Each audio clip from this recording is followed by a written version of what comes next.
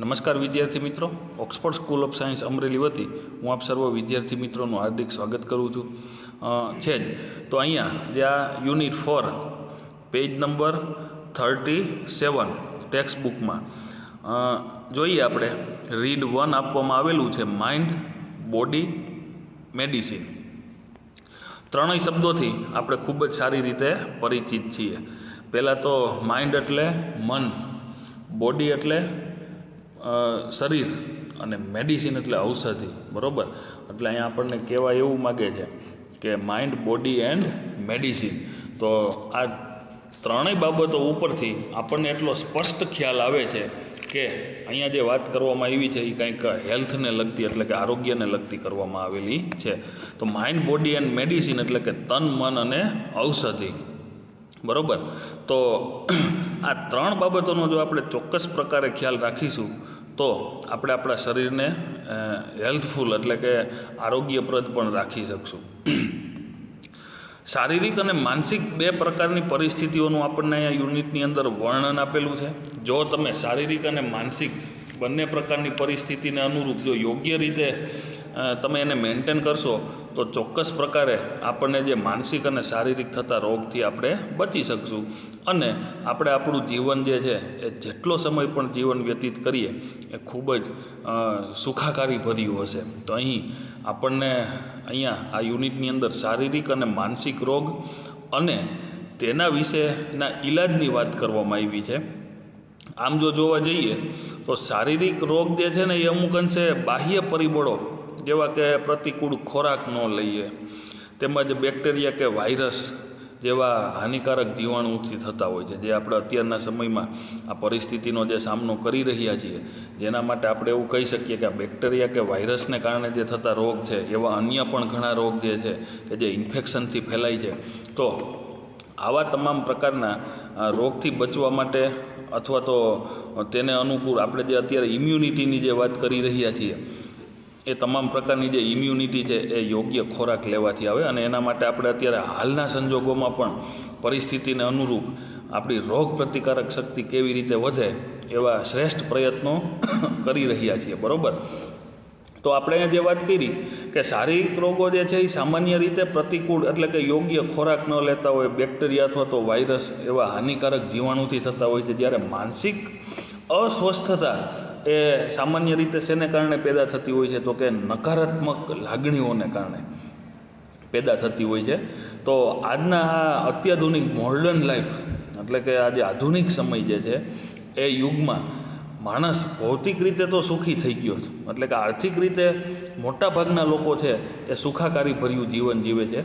છતાં પણ જો આપણે જોવા જઈએ તો સતત તણાવ હેઠળ જીવીએ છીએ. આ તણાવ એટલે કે આપણી માનસિક પરિસ્થિતિ, જેને લીધે તેઓ માનસિક રીતે પીડાતો હોય માણસ. આજના સમયમાં શારીરિક રોગો જે છે એ સામાન્ય રીતે શારીરિક રોગોને તો રોકવા માટેની ટ્રીટમેન્ટ બહુ ઓછી હોઈ શકે. ફોર એક્ઝામ્પલ, પગ ભાંગે તો આપણે પગ ન ભાંગે એના માટે કંઈ ખોરાક લઈએ એટલે ન ભાંગે એવું નથી હોતું એમ. પણ આજે માનસિક ઇમ્બેલેન્સ જે ઊભું થયું છે, દરેક વ્યક્તિ માનસિક રીતે જે પીડાતો જોવા મળે છે એ તમામ પ્રકારની પરિસ્થિતિ એટલે કે આપણે જ આપણા પગમાં કુવાડાઓ મારીએ છીએ. બરાબર, કારણ કે આજે ફાસ્ટ લાઈફ અને અત્યારના સમયની મોડર્ન લાઈફ એને કારણે માણસ જે છે એ સતત ને સતત તણાવભર્યું જીવન જીવતો થયો છે એમ. બરાબર, એટલે આપણી જીવનશૈલી જે છે ને એટલે કે આપણી લાઈફસ્ટાઈલ, એ લાઈફસ્ટાઈલ જ રોગનું મૂળ કારણ છે.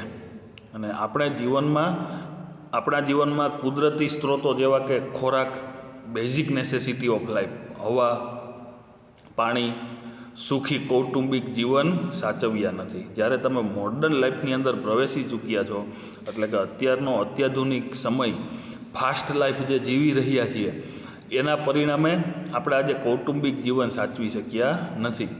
જેને કારણે જીવનમાં કેવી પરિસ્થિતિઓ ઊભી થઈ છે તો કે શાંતિ અને સુખ એકદમ વણાઈ ચૂક્યા છે અને રોગનું પ્રભુત્વ જે છે એટલે કે રોગ છે એ ઘર કરી ચૂક્યા છે. તો આપણે આ ઝડપી યુગમાં સૌ પ્રથમ તો કેવું કામ કરીએ છીએ કે માનો કે તમને કંઈ કોઈ પણ પ્રકારની બીમારી થાય એટલે તરત જ એકાદી પીલ એટલે કે ગોળી લઈ લઈએ અને એવું માની બેસીએ કે આપણે હવે આ રોગમાંથી છુટકારો મેળવી ચૂક્યા. પરંતુ તેનાથી શારીરિક અસંતુલન પેદા થાય છે. માનો કે આપણને આમ ફાસ્ટ લાઈફમાં સતત કામ કરતાં કરતાં કંટાળીને થાકી જઈને માથું દુખતું હોય અથવા તો સહેજ તાવ આવી જાય થોડોક, એટલે આપણે તરત જ મેડિકલમાંથી અથવા તો ઓલરેડી આપણા ઘરની અંદર આ પ્રકારની ટેબ્લેટ અવેલેબલ હોય જ છે, તરત જ લઈ અને તમે જુઓ છો કે આ એન્ટીબાયોટિક જે ફોર્મ છે એ તરત જ તમને 5 થી 10-15 મિનિટમાં જ અસર કરવા લાગે છે અને એને કારણે આપણને એમાંથી રાહત થઈ જાય છે અને આપણે એવું માની લઈએ છીએ કે હાશ માથું દુખતું બંધ થઈ ગયું અથવા તો તાવ જતો રહ્યો. પણ હકીકતમાં તેનાથી શરીરનું અસંતુલન પેદા થાય છે અને સ્વાસ્થ્ય જોખમાય છે. જે આપણે જોઈએ છીએ કે જે સતત દવાઓ ઉપર જે જીવે છે ને એને લાંબે ગાળે શરીરની અંદર કિડની હોય કે અન્ય ઘણી બધી જે બીમારીઓ છે એ ઉત્પન્ન થાય છે અને જેને કારણે પાછળની જિંદગી છે એ સતત ને સતત બીમારીમાં જ પસાર થતી હોય છે. તો આવા સમયે આપણને આયુર્વેદ એટલે કે એકોર્ડિંગ ટુ આયુર્વેદ જે છે એ કુદરત સાથે સંવાદિતા કેળવતા અને સાદગીથી અને સંતોષપૂર્ણ સેટિસ્ફાઈડ લાઈફ જીવન જીવતા શીખવે છે. બરાબર. તો પહેલાંના સમયમાં જ્યારે આ અત્યારના હાલના સમયનું જે આ મેડિકલ નહોતું ને ત્યારે સૌ પ્રથમ આયુર્વેદ હતું. એમ આપણા આયુર્વેદ જે છે એ એક આખું તમે જુઓ તો એક ગ્રંથની અંદર પણ તમામ પ્રકારની આવી શારીરિક સ્વસ્થતા કેવી રીતે જળવાય એની તમામ પ્રકારની વાતો કરેલી છે. તો આયુર્વેદ આપણને સ્વાસ્થ્યની સમસ્યાઓનો કાયમી માટે હલ આપે છે. પણ છતાંય આજે આપણે આયુર્વેદિક ટ્રીટમેન્ટ નથી અપનાવતા. અત્યારે હાલના સમયમાં પણ એન્ટીબાયોટિક અને આ આયુર્વેદિક ટ્રીટમેન્ટ હાલે છે, જેમાં આપણે જોઈએ છીએ કે સામાન્ય રોગ માટે આપણે આયુર્વેદિક ટ્રીટમેન્ટને કદાચ પ્રિફર કરીએ છીએ, પરંતુ તમે જો જોવા જાઓ તો ગંભીર બીમારીઓ વખતે આયુર્વેદિક ટ્રીટમેન્ટ નથી લેતા, કારણ કે એ ધીમી ગતિએ થતી ઇફેક્ટ છે. પણ આયુર્વેદિક ટ્રીટમેન્ટ છે એ રોગને મૂળમાંથી ઉખેડી ફેંકે છે, જ્યારે એન્ટીબાયોટિક ટ્રીટમેન્ટ છે એ તમને કદાચ મોટાભાગની પરિસ્થિતિઓની અંદર હાલ પૂરતું સમાધાન આપે છે.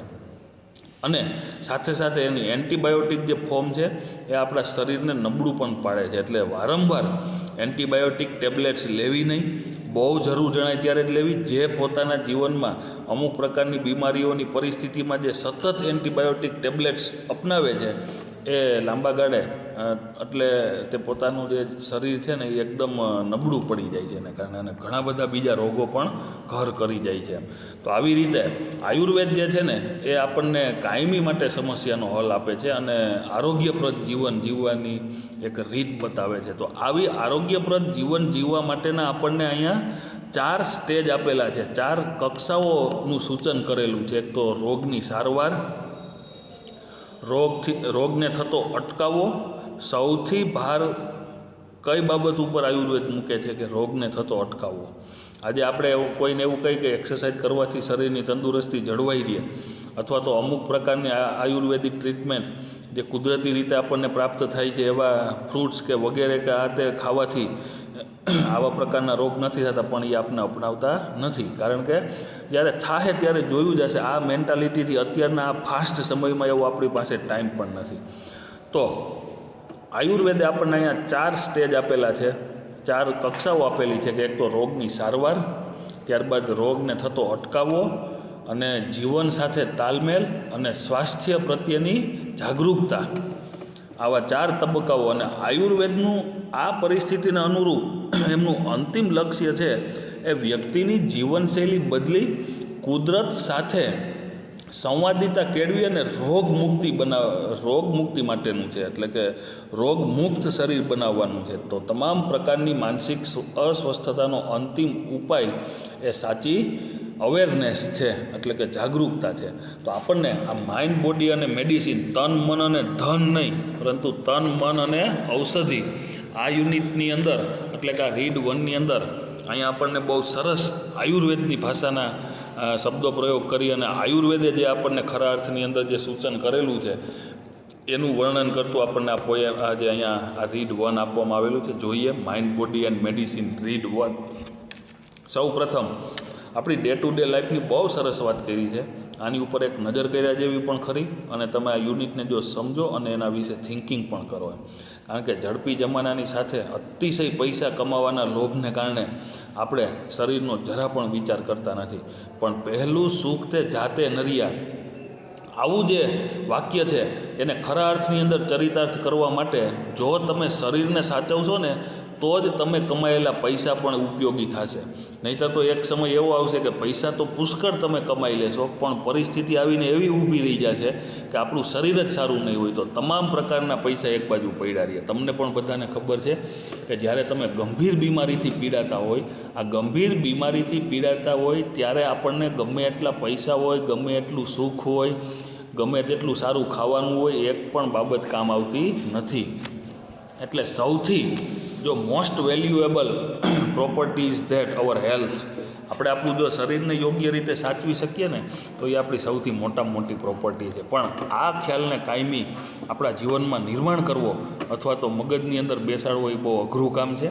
પણ આપણને અહીંયા આયુર્વેદ ઘણું બધું સૂચન કરે છે. આમાંથી આપણને જો થોડીક બાબતો પણ સ્પર્શે અને આપણે આપણા શરીરની કાળજી લેતા થાય તો લાંબા ગાળે એનો ઘણો બધો ફાયદો મળશે. સમજીએ અને જીવનમાં ઉતારવાનો પ્રયત્ન કરીએ, અને સાથે સાથે આપણે પરીક્ષાને રિલેટેડ આમાંથી તૈયારીઓ પણ કરીએ. Okay, now we can start read 1, mind, body and medicine.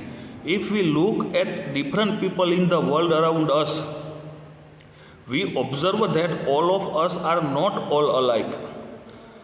નવો આવતો સ્પેલિંગ તમારી પાસે રહેલી ટેક્સ્ટ બુકમાં પેન્સિલથી સીધો નોટ ડાઉન કરવાનો છે, અથવા તો જો તમે ડિસ્પ્લે ઉપર જ રહેલ લાઇન ટુ લાઇન અભ્યાસ કરી રહ્યા છો તો બાજુમાં એક બુક રાખી, ખાસ કરીને આપણી જે પાકી સ્પેલિંગની બુક છે એ રાખી અને એમાં નોટ ડાઉન કરતા જવાના. શું કહે છે, આપણી આસપાસની દુનિયામાં જુદા જુદા લોકો આપણે જો જોઈશું કે જો જોઈએ તો આપણને એવો ચોક્કસ ખ્યાલ પડશે કે આપણે બધા અલાઇક એટલે કે એક સરખા નથી. ઓલ અલાઇક એટલે કે આપણે બધા જ જે છે ને એક સરખા નથી. આવું શા માટે કહે છે? કારણ કે તમે કોઈ પણ વ્યક્તિના વર્તનનો અભ્યાસ કરો ને તો પણ તમને ચોક્કસ ખ્યાલ આવશે. કારણ કે બીજાનું વર્તન નથી ગમતું ને તોય તમને માનસિક પીડા થાય છે. પેલો આમ કરે છે ને ઓયલો આમ કરે છે ને આ તો જો આમ કરે છે, પણ એને કારણે આપણને કોઈ પણ પ્રકારની નુકસાની નથી થતી. તો આપણે એના વર્તનની અંદર આવો કોઈ પણ પ્રકારનો ઇન્ટરફિયર કરવાની જરૂરિયાત રહેતી નથી. કારણ કે જ્યારે તમે આવું વિચારો છો ને કે આ તો આમ કરે છે ને આ આવો છે ને ફલાણો તેવો છે ને, એવું જ્યારે તમે થિંકિંગ કરો છો ત્યારે એનો મિનિંગ એવો થયો કે તમે માનસિક રીતે પીડાવ છો. લાંબા ગાળે આવી માનસિક પીડા છે એ તમને શરીરને વીકેનિંગ નબળું પાડે છે. આગળ વાત કરી છે એટલે જોઈએ આપણને ખ્યાલ આવે. We look at different people in the world around us એટલે કે આપણે આપણી આસપાસની દુનિયામાં જુદા જુદા લોકોને, ડિફરન્ટ પીપલ, જુદા જુદા લોકોને જોઈએ છીએ. અને આ જુદા જુદા લોકોને જોઈએ છીએ એમાં વી ઓબ્ઝર્વ ધેટ, આપણે જો એવું ઓબ્ઝર્વેશન કરીએ, જોઈએ કે તો ઓલ ઓફ અસ, આપણને એવી એક ખબર પડશે કે આપણે બધા જ છે ને નોટ ઓલ અલાઇક, એક સરખા નથી. Each one of us is different in many way. શું કહે છે કે આપણામાંના દરેક ઘણી બધી રીતે જુદા છે. મેની વેઝ એવું કીધું.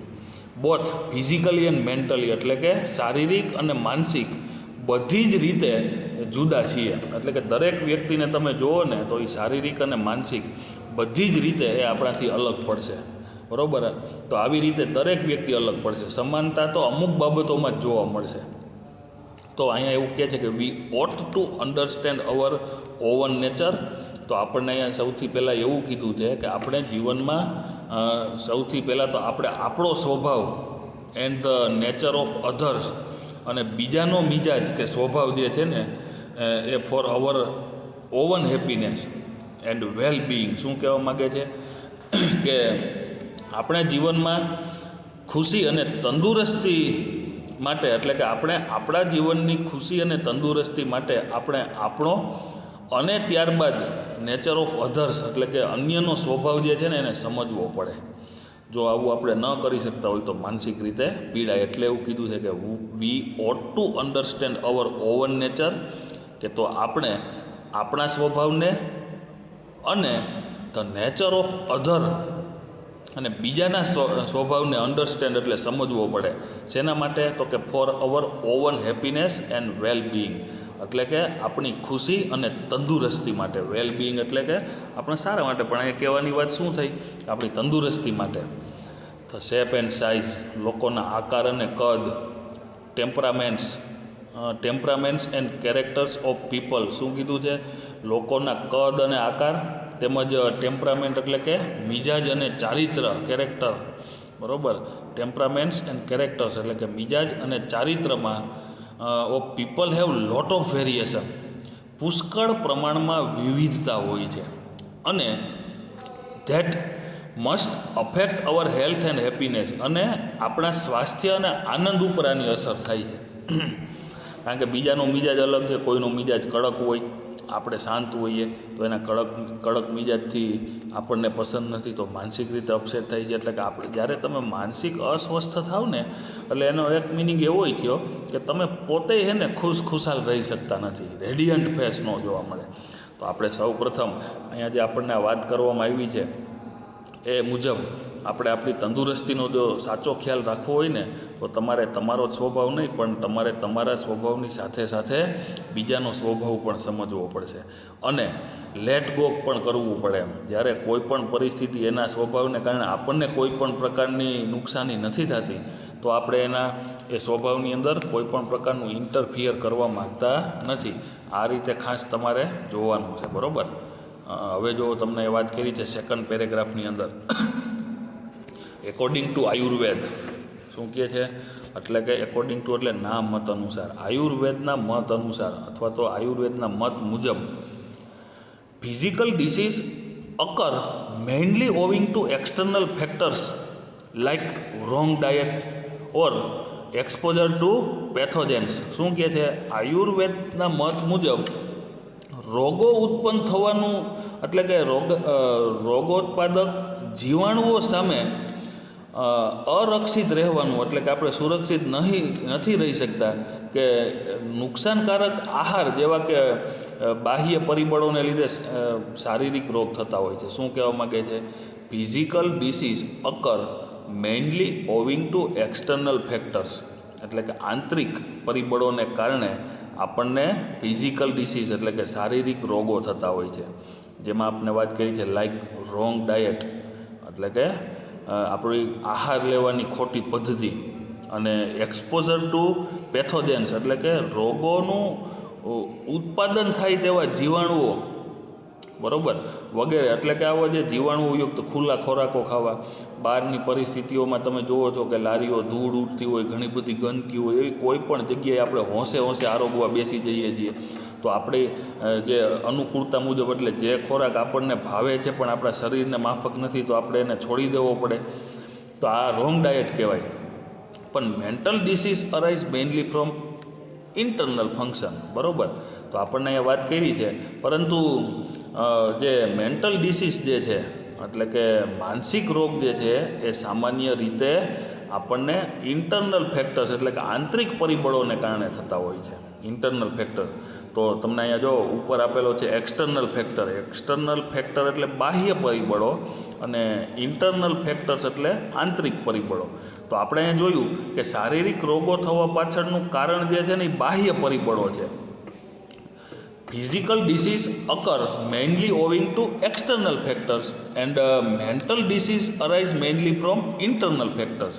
એટલે કે જે શારીરિક રોગો થાય છે એની પાછળ બાહ્ય પરિબળો જવાબદાર છે, જેમાં આપણે વાત કરી જેમ કે ખોરાક લેવાની ખોટી પદ્ધતિ અથવા તો બેક્ટેરિયા કે જીવાણુયુક્ત ખોરાકો લેવા. જ્યારે માનસિક રોગ થવા પાછળનું કારણ આપણા આંતરિક પરિબળો છે, જેમાં આપણને વાત કરી છે કે like wrong use of the senses, બરાબર.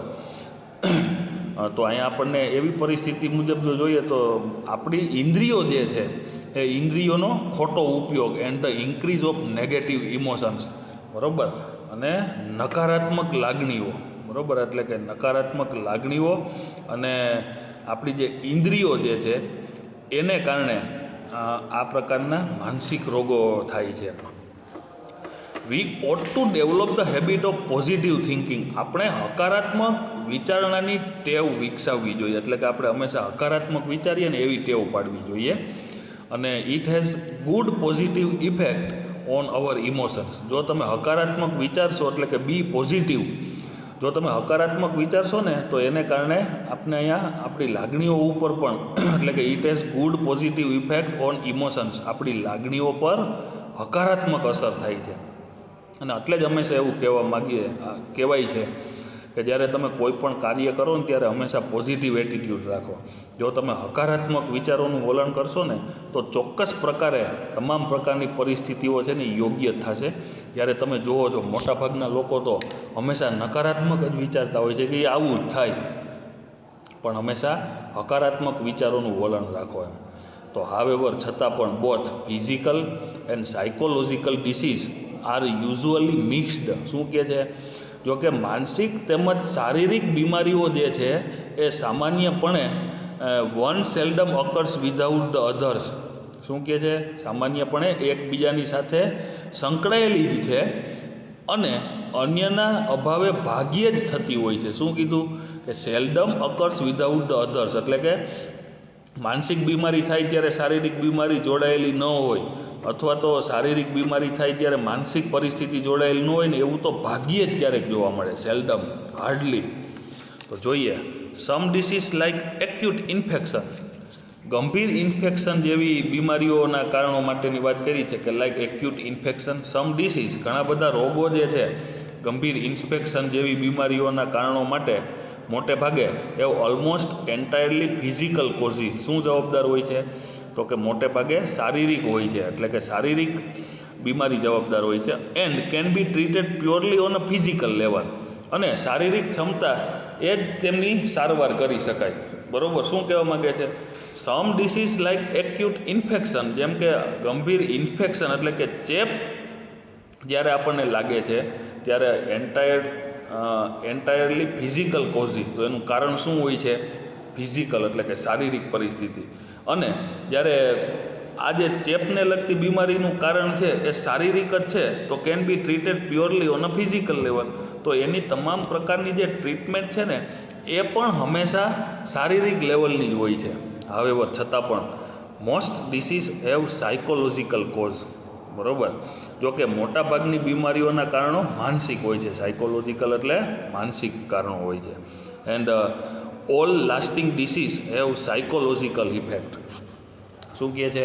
કે મોટાભાગની છતાં પણ બીમારીઓના કારણો જે છે ને એ માનસિક હોય છે, અને લાંબા સમય સુધી ચાલનારી બીમારીઓમાં શું કીધું? કે all lasting disease have psychological effects. તો અહીંયા આપણને એવું કે મોટાભાગની બીમારીઓ માનસિક હોય છે અને લાંબા સમય સુધી ચાલનારી બીમારીઓમાં માનસિક અસરો થતી હોય છે. બરાબર?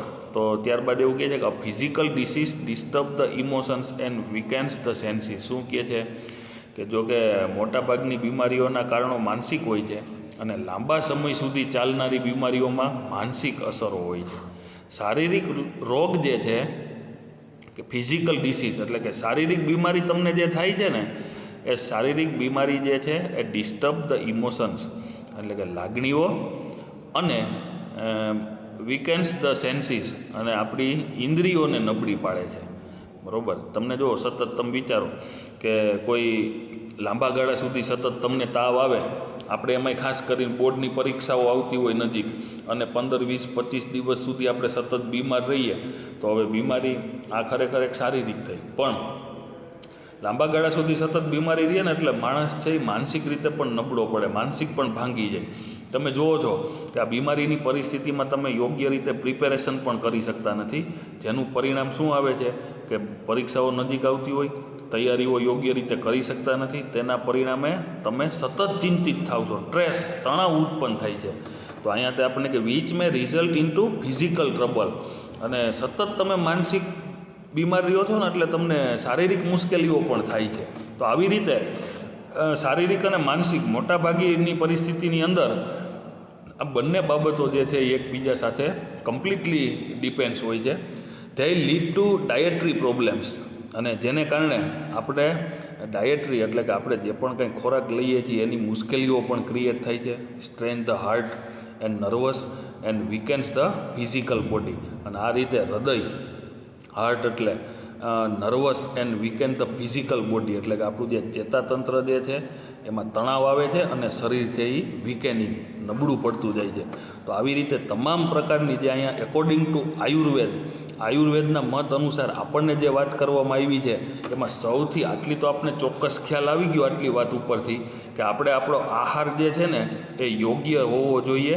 આપણને ભાવે એવું નહીં પણ આપણા શરીરને અનુરૂપ આહાર લેવો જોઈએ. ખાસ કરીને આહાર વિશે એવું કહેવાય છે જ્યારે નાના હોય એટલે કે આપણે બાળક હોય ત્યારે આપણને આપણી માતા પીરસે તે ખવાય, યુવાન થાય ત્યારે આપણને ભાવે એ ખવાય, અને જ્યારે વૃદ્ધ થાય ને ત્યારે ડીશની અંદર એટલે કે થાળીની અંદર જે પીરસાય ને એ ખવાય.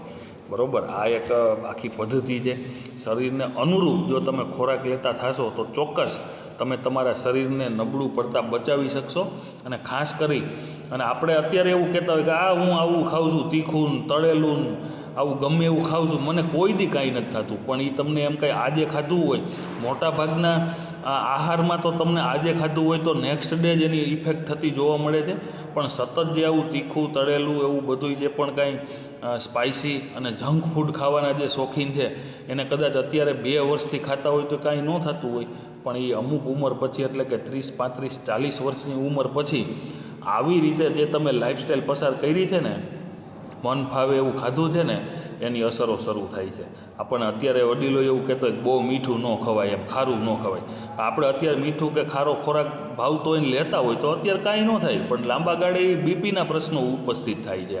તો આવી રીતે ઘણી બધી બીમારીઓ જે અત્યારે આપણે ફૂડ હેબિટ ખોટી છે ને એને કારણે લાંબા ગાળે એ ભોગવવું પડે છે. તો આવી રીતે they lead to dietary problems. તો આવી રીતે જે આપણે તેનાથી પાચનને લગતી સમસ્યાઓ ઊભી થાય છે. સ્ટ્રેઇન ધ હાર્ટ, હૃદય અને ચેતાતંત્રમાં તમને તણાવ, nervous, strain the heart and nervous એટલે કે હૃદય અને ચેતાતંત્ર પર તણાવ આવે છે. And weakens the physical body, અને શરીર નબળું પડી જાય છે.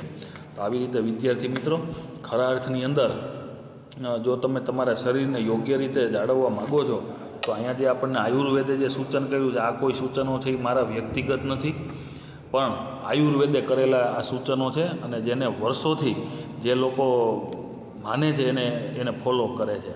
જોઈએ, અવર very way of life breeds અનહેપીનેસ.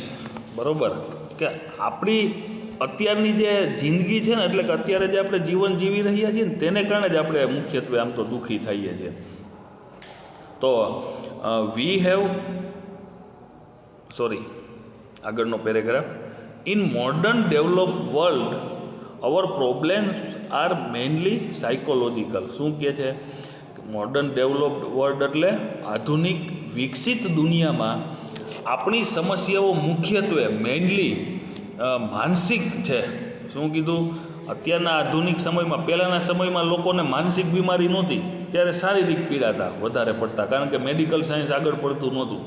આજે મેડિકલ સાયન્સ આગળ પડતું છે, સદ્ધર થયા, બધાની પાસે જ્ઞાન આવ્યું તો લોકો માનસિક પીડાય છે. પણ એમ ન ચાલે.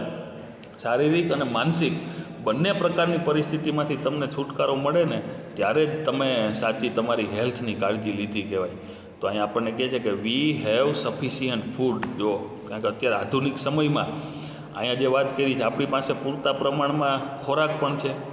પહેલાંના સમયમાં નહોતું. ક્લોથિંગ, કપડાં છે પહેરવા માટે, એન્ડ શેલ્ટર, અને મકાન પણ છે. જો, ખાવાનું, પહેરવા માટેના, ઓઢવા માટેના, અથવા તો આશ્રય એટલે કે રહેઠાણ, જેને કારણે પણ તમે શારીરિક રીતે છે ને આમ કમ્પ્લીટ થઈ શકો.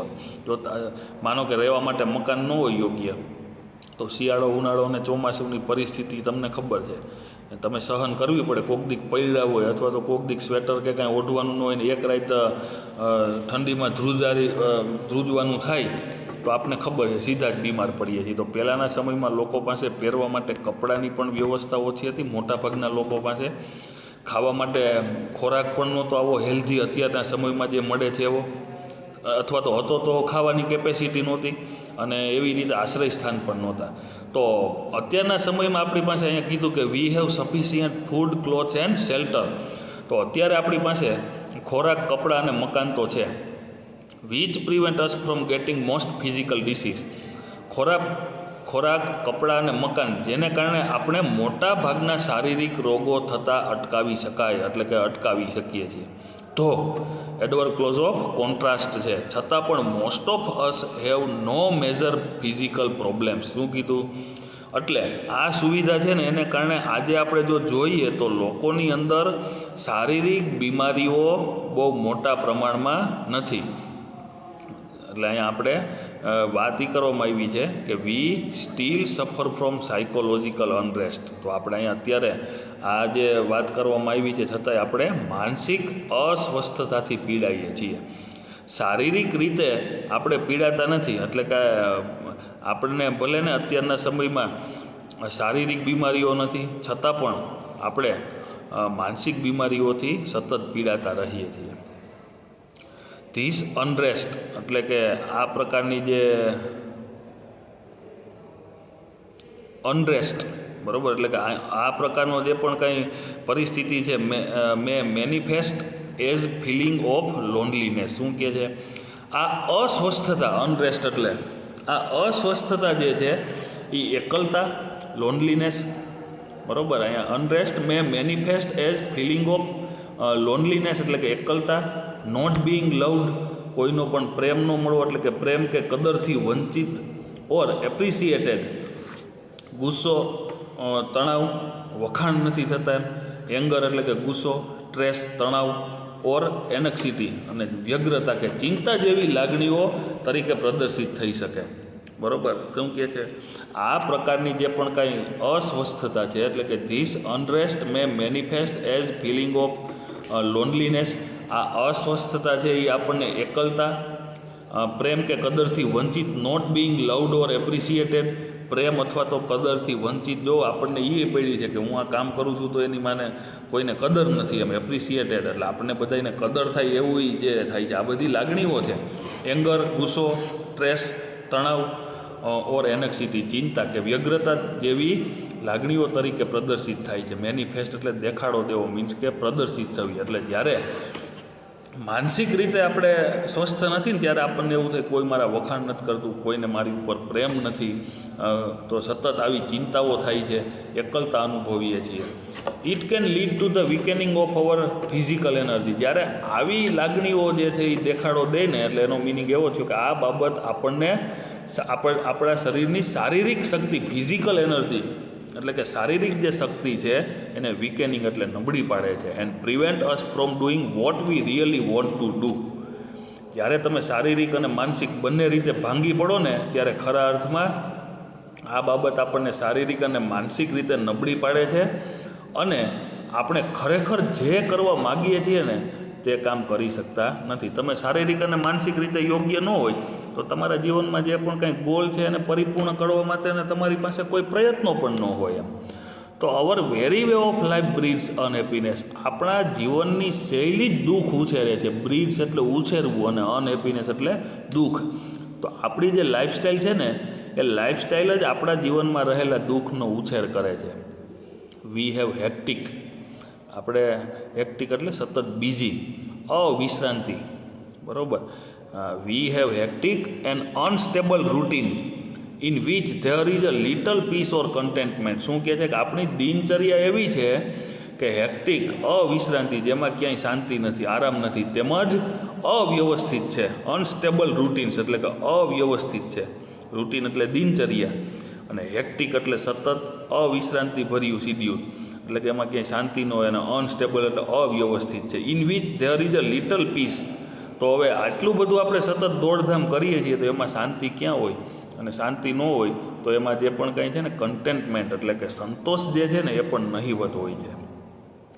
વી have disturb the organic roots of life like good food, water and air and happy family life. શું કહે છે કે જેમાં શાંતિ કે સંતોષ નહીવત છે એને કારણે સુખી કૌટુંબિક જીવન, હવા, પાણી અને સારો ખોરાક જેવી મૂળભૂત બાબતોને પણ આપણે ખલેલ પહોંચાડીએ છીએ. એટલે કે જો કુટુંબ છે, હવા, પાણી અત્યારે બધું સારું મળી રહે, ખોરાક સારો લેવાની આપણી કેપેસિટી છે, પણ જ્યારે તમે માનસિક સ્વસ્થ નથી રહી શકતા ત્યારે તમે મૂળભૂત જે આ બાબતો છે પાણી, ખોરાક, હવા એમાં પણ ખલેલ પહોંચાડો છો એમ. એટલે કે એમાં ખલેલ પહોંચે છે.